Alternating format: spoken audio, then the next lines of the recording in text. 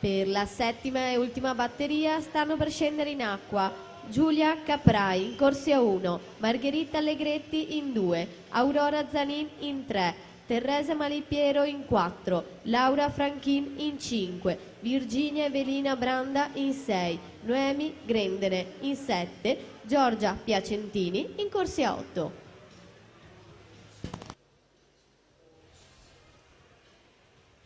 E dunque in acqua con la sesta e penultima batteria Martina Babic in corsia 4, il secondo miglior tempo di iscrizione, confronto anche con quanto nuotato dalla Bonora prima. 30 e 19 era il passaggio della Bonora, ai 50, 30 e 20 per Martina Babic, dunque un solo centesimo. Attenzione anche a Francesca Tartaglia che comunque è lì vicina e forse si mette addirittura in prima posizione a metà gara. Tartaglia 1:2:88, secondi 50 e 32:56, Babic 33 e 09.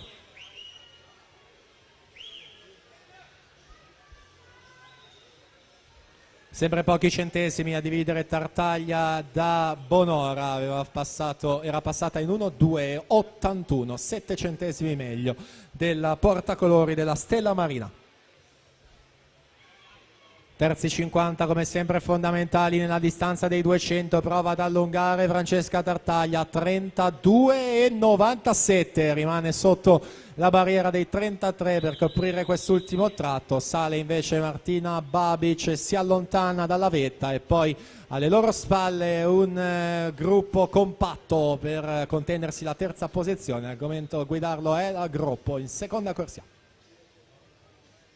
Dunque 2:9:71 il miglior tempo, aumenta il ritmo la Tartaglia in questi ultimi metri e va a stampare 2:07:20, davvero ottima seconda fase di gara, e si mette intanto lassù in prima posizione in attesa dell'ultima batteria pronta alla partenza.